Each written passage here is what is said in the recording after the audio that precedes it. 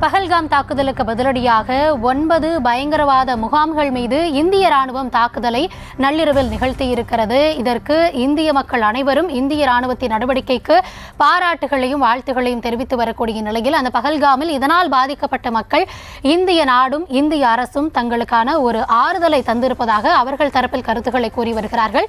இருந்தாலும் இது போர் பதற்றத்திற்கு வித்திட்டு செல்லுமா அல்லது இந்திய ராணுவத்தின் அடுத்த கட்ட நடவடிக்கைகள் என்னவாக இருக்கும்? பாகிஸ்தான் இதுபோன்ற நடவடிக்கைகளை முன்னெடுக்க இருக்கிறது. இதுபோன்ற பல்வேறு கேள்விகள் இந்த சூழலில் நிகழ்ந்து கொண்டிருக்கிறது. ஒருபுறம் பிரதமர் மோடி தலைமையிலான பாதுகாப்பு அமைச்சரவை கூட்டம் இன்னும் சற்று நேரத்தில் நடைபெற இருக்கிறது. தொடர்ந்து அடுத்தடுத்து அரசு தரப்பிலும் நடவடிக்கைகள், ராணுவ நடவடிக்கைகள் என இருக்கக்கூடிய சூழலில் எம்முடைய மூத்த செய்தி ஆசிரியர் திரு ரஹ்மான் அவர்கள் தொலைபேசி வாயிலாக இணைந்திருந்து தற்போது நடைபெறக்கூடிய அரசு நடவடிக்கைகள், ராணுவ நடவடிக்கைகள் இது தொடர்பான விவரங்களை விவரித்துக் கொண்டிருக்கிறார். தொடர்ந்து தொலைபேசியில் இணைந்திருக்கிறார். திரு ரஹ்மான், இது தொடர்பான விவரங்களை நீங்க தொடர்ந்து வழங்கிட்டு இருக்கீங்க. பொதுவாகவே இதற்கு முன்னாடி நடைபெற்ற அந்த தாக்குதல்களையும் ஒப்பிட்டு நீங்க சொல்லியிருந்தீங்க, இது முற்றிலும் மாறுபட்டது அப்படின்னு நம்ம குறிப்பிட்டு பேசியிருந்தாலும் கூட இதுல ஒரு பேட்டர்ன் இருக்கும் இல்லையா? இதுக்கு முன்னாடி ராணுவ நடவடிக்கைகள் மேற்கொண்டதா இருக்கட்டும், இல்லைனா சர்ஜிக்கல் ஸ்ட்ரைக்ஸா இருக்கட்டும், அடுத்தடுத்து என்ன அப்படின்றத மக்கள் புரிந்து கொள்ளக்கூடிய வகையில இதுவரைக்கும் அரசு மேற்கொண்ட நடவடிக்கைகளையும் இதுவும் எப்படி மாறுபட்டதாக அமையும்?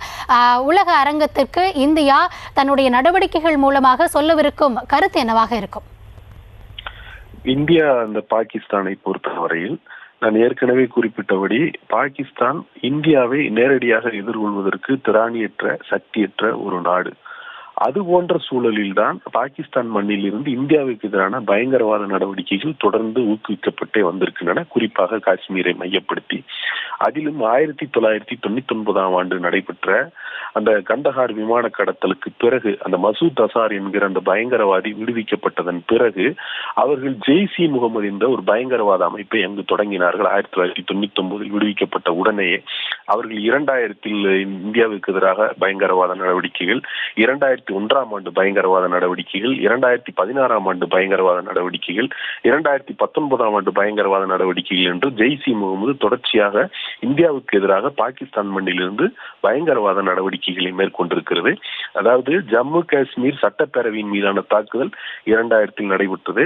2001 இந்திய நாடாளுமன்றத்தின் மீது தாக்குதல் நடத்தப்பட்டதன் பிறகு 2016 பத்தான்கோட் விமானப்படை தளத்தை குறிவைத்து அவர்கள் தாக்குதல் நடத்தினார்கள்.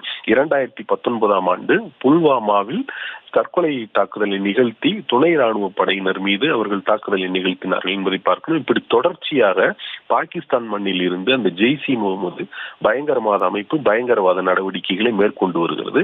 அதற்கு முழுமையாக பாகிஸ்தான் அரசும் பாகிஸ்தான் உளவுத்துறையும் பாகிஸ்தானுடைய ராணுவமும் ஒத்துழைப்பு வழங்குகிறார்கள் என்பது பல்வேறு சந்தர்ப்பங்களில் ஆதாரங்கள் மூலம் திட்ட தெளிவாக உலகிற்கு முன்வைக்கப்பட்டிருக்கிறது.